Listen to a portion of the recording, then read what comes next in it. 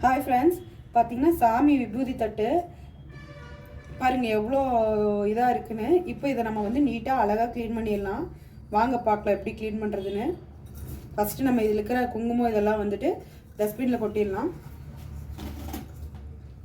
Okay, இப்போ தட்டை நல்லா நம்ம சும்மா கழுவிக்கலாம். இப்போ தட்டு இப்படி இருக்குது. இதை வந்து நம்ம வந்து புளியை போட்டு தேய்ச்சிக்கலாம்.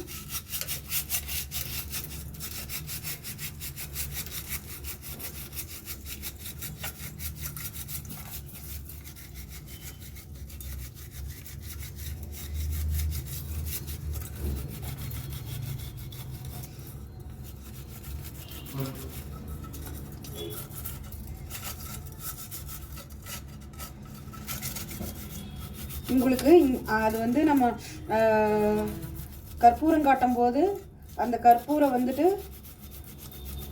கருப்பாக வந்து படிஞ்சிருது அழுக்கு மாதிரி. அதை வந்து நம்ம இப்போ புளியை வச்சு தேய்ச்சி எடுத்துக்கலாம்.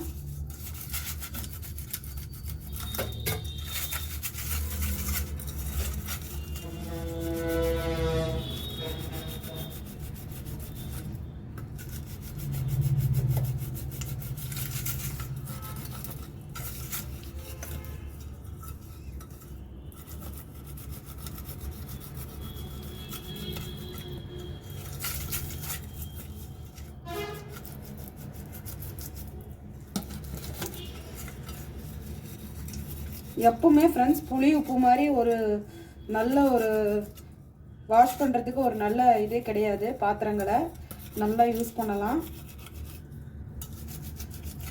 வீட்டில் வந்து நீங்கள் இந்த மாதிரியெல்லாம் ட்ரை பண்ணி பாருங்கள்.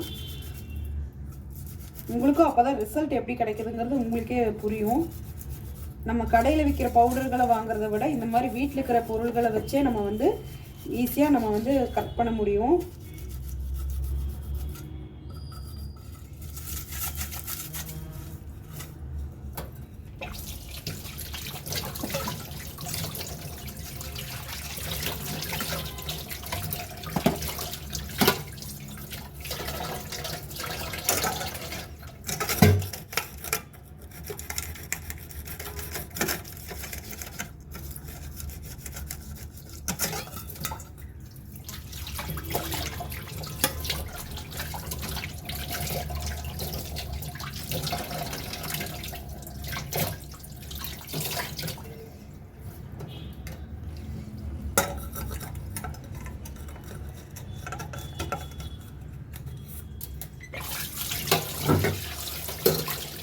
இப்போ இது நல்லா கழுவிக்கலாம் ஃப்ரெண்ட்ஸ்.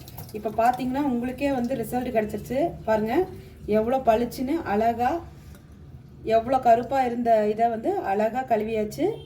இந்த மாதிரி நடுவில் இருக்கிற ஒரு மாதிரி இருக்கு இல்லையா, அதையும் நம்ம இப்போ எடுத்துடலாம்.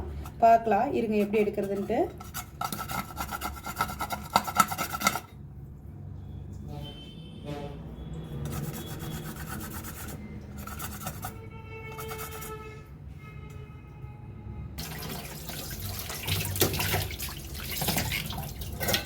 ஃப்ரெண்ட்ஸ் இப்போ பார்த்தீங்கன்னா நடுவில் இருக்கிற அழுக்கு எடுத்தாச்சு.